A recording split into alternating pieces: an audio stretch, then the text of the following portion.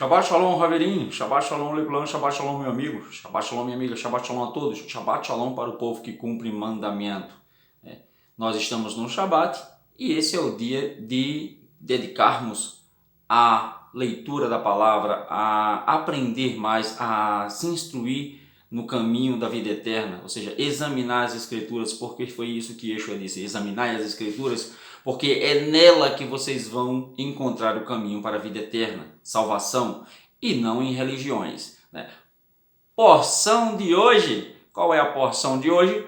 Porção de hoje é a porção Nazô, Nazô, que fica em Bamid de Baá, números, do 4:21 ao 7:89, é uma paraxá grande. A Haftarah fica em Shoftim, 13 do 2 ao 25, e a Brit Hadashah fica em Maaser Shulchin, Shulchin, 21:1-40. Shoftim, Juízes, e Maaser, Atos dos Apóstolos. Nós vamos ver uma mensagem interessante aqui, porque alguns dizem que a Torá não é para ser vivida, não é para ser cumprida, ou seja, os mandamentos não são para serem cumpridos agora no tempo da graça. Graça essa criada pela mamãe romana. Mas aqui a gente vai provar hoje, que os discípulos de Yeshua, eles cumpriam a Torá na íntegra.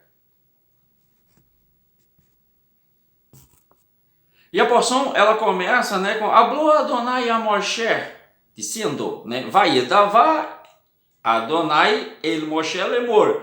Toma um censo de los Benei Gershon em meio de las vaite de sus arvot por sus mishpachot, ou seja, Nassô et Rosh, toma et Rosh Benei Gershon ganhen lebaite avotan le mishpachotan, ou seja, faz um censo com a tribo de Gershon, e aí ele vai mostrar a avodá, ou seja, o serviço para a tribo de Gershon, e continua também com a tribo de Merari, mais para frente.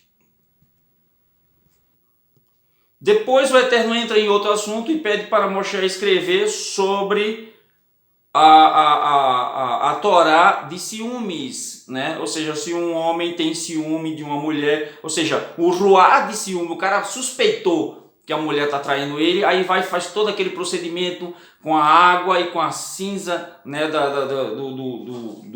do corbanote lá. Se a mulher estiver em pecado, ela incha o ventre e aí todo mundo sabe que ela estava pecando. Se não, ela fica pura e aí, pelo contrário, ela é abençoada por filhos. Se ela era estéril, ela vai ter muitos e muitos filhos.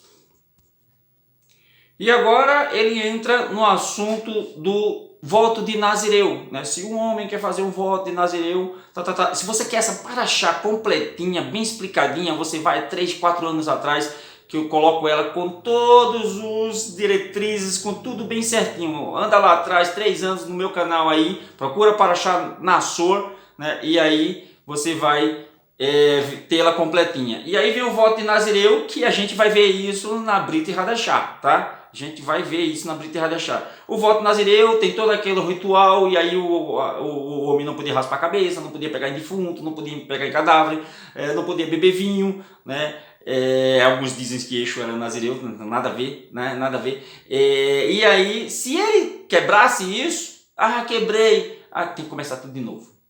O mínimo era, se eu não me engano, era 1 mês para o voto nazireu. Você podia fazer o voto nazireu durante 1 mês, era o mínimo. Se você quebrasse no dia 19, agora eu quero completar, não pode. Começa tudo de novo. E aí, por último, vem as ofertas dos chefes de tribos.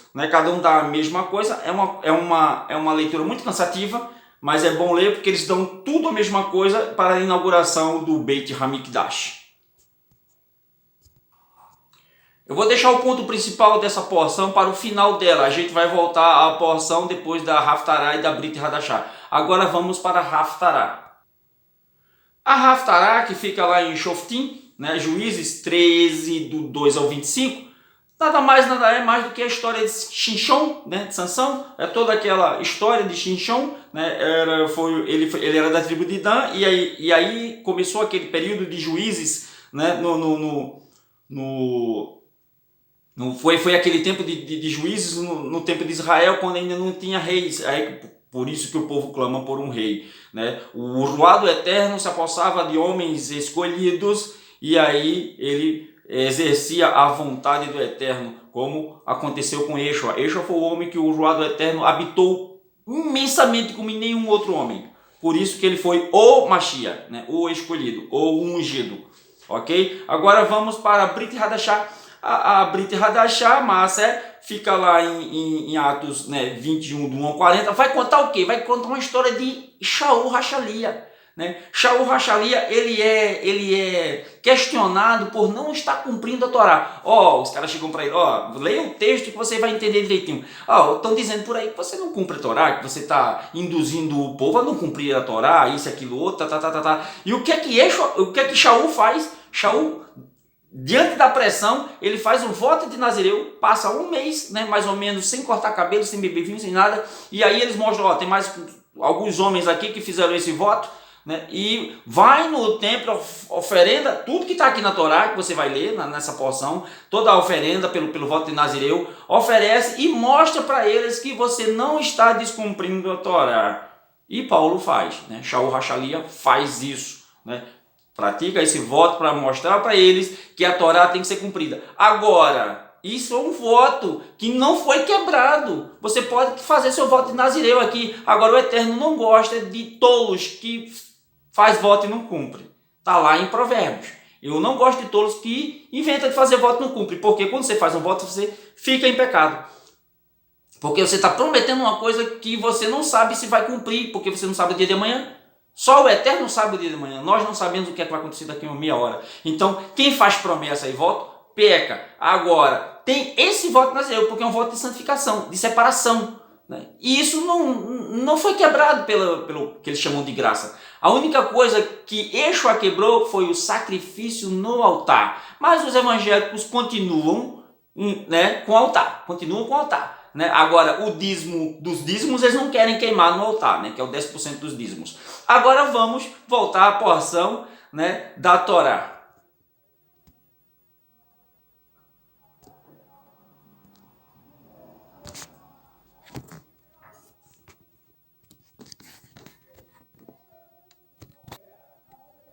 Bom, gente, desculpa aí, eu fui dar o pause ali, balançou tudo, mexeu tudo, perdão, tá? Então a gente vai voltar à porção, né, de Números no capítulo 6, verso 22. Vamos ver, né? Habla, o Eterno falando, né? Hablou a Moisés dizendo, habla a Harón e a seus hijos, dizendo, assim és como Bahur a los bene Israel, vocês vão abençoar os bene Israel, né? Os filhos de Israel, dizendo-lhe estos, né? Ellos, né? Dava el Aharon, né? Aí vai todo o texto. Aí, Yevarecha Adonai, veishmerecha, que o Eterno te conceda bênção e te guarde, berachá e te guarde, né? Aí Adonai panav elecha, vihunecha, que o vihunecha, que o Eterno haga o rosto resplandeça sobre ti e te mostre seu favor, né? E aí vem Isa Adonai panav elecha, veiaseilecha shalom, que o Eterno levante seu semblante hacia ti e te conceda shalom. Esse aí é a Birikat Kohanim que eu recito toda vez no final da Parashá, né? Vesamu et shemi al bene Israel vani uberachem, ellos pondrá, né, mi nombre sobre sus bene Israel e eu los berachem, e eu os abençoarei. Então tá aí, eu já li a Birikat Kohanim, né? Não tem nada de anormal, tá aqui, né, na porção. Foi o Eterno quem mandou nós falarmos uns para os outros. Assim, quando eu falo, né, eu estou abençoando você e acaba eu sendo abençoado também. Shabbat Shalom para todos. Vedetut et haimet, vehaimet et her, conhecereis a verdade vos libertará. E emitzei Hashem, se assim o Eterno permitir, estaremos aqui de volta na próxima semana com mais uma porção da Torá, né? Compartilhando aí os ensinamentos milenares dos nossos ancestrais. Shabbat Shalom e até a próxima.